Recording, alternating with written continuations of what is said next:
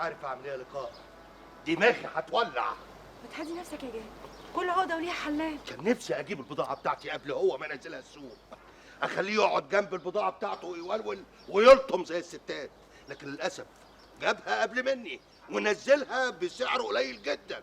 خلاص يا سيدي، انت كمان نزل السعر بدل ما تقعد في المخازن كده. ما ينفعش يا لقاء، انا بضاعتي غاليه جدا، انا بشتريها بايدي في السوق وبقف على تشوينها لغايه ما تتحمل وتوصل لغايه هنا.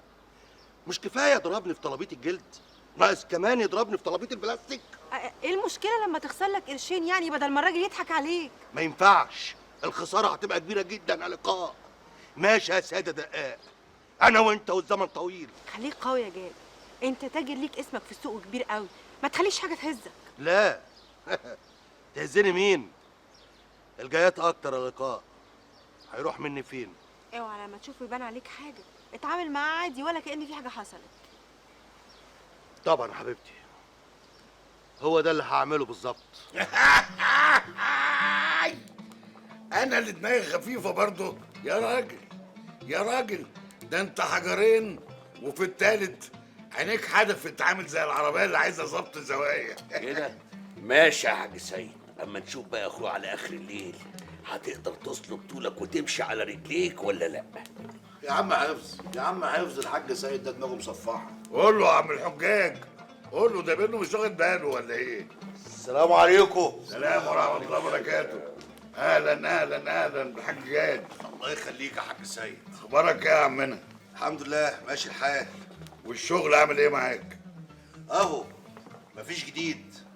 والله انت ابن حلال يا اخي، انا بفكر اهج من البلد واسيبها للزباين وامشي.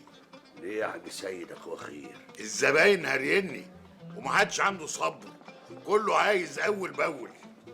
الا من حق يا عم جاد، انا ما كنتش عارف ان شغل البلاستيك ده سوقه جامد قوي كده.